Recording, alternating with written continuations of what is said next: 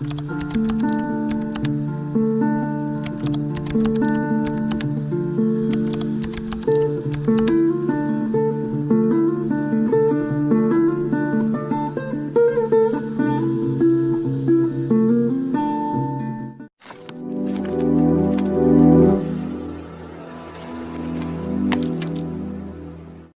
montée de l'intégrisme est très sensible dans un certain nombre de pays, pas au Maroc.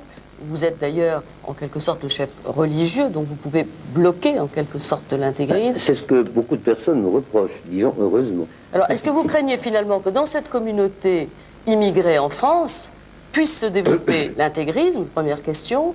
Deuxième question, comment allez-vous concevoir vos relations avec un pays voisin, l'Algérie, si l'intégrisme y sévit de manière plus sévère encore?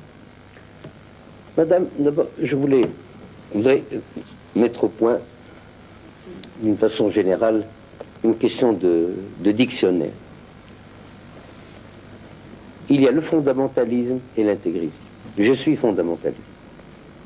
Les Marocains sont fondamentalistes. Les intégristes, c'est l'école de Khomeini. C'est différent. Nous sommes des fondamentalistes. Les Algériens, eux, sont des fondamentalistes.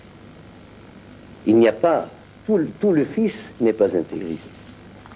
Ce sont des fondamentalistes dans leur majorité. Qu'est-ce qui a fait penser qu'ils étaient intégristes? Bien parce que pendant 25 ans, particulièrement sous Ben Bella et Boumediene, ils ont été sevrés de la seule identité qu'ils gardaient encore après 130 années de colonisation, à savoir l'islam. Il n'y a pas eu d'enseignement religieux. Il n'y a pas eu d'université qui fasse apprendre l'arabe. On a supprimé toutes les associations des oulémas. Et le peuple algérien a compris ou a pensé qu'on lui faisait perdre ce qui lui restait de son identité et qui avait résisté à 130 années de colonisation. Le fait qu'on ait laissé faire a créé un vide immédiatement qui est venu se remplir par la révolution agitatrice, démagogique, destructrice des intégristes. Mais je puis vous assurer que je connais les Algériens. Ce sont des gens religieux, ils sont pratiquants. Ils ne demandent qu'à pratiquer dans le bon cadre.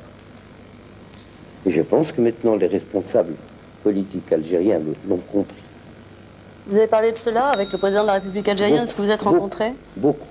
Et est-ce qu'il est aussi rassuré que vous sur ce sujet? Non, il me dit que ça prendra du temps, mais qu'il ne craignait pas tellement l'intégrisme, mais qu'il craignait plutôt la mauvaise gestion des intégristes élus. Et pour lui, cette élection, cette manipulation des affaires publiques mettrait donc ces gens-là au banc d'essai. Et on saurait à ce moment-là s'ils sont assimilés, acceptés par les populations ou pas. Monsieur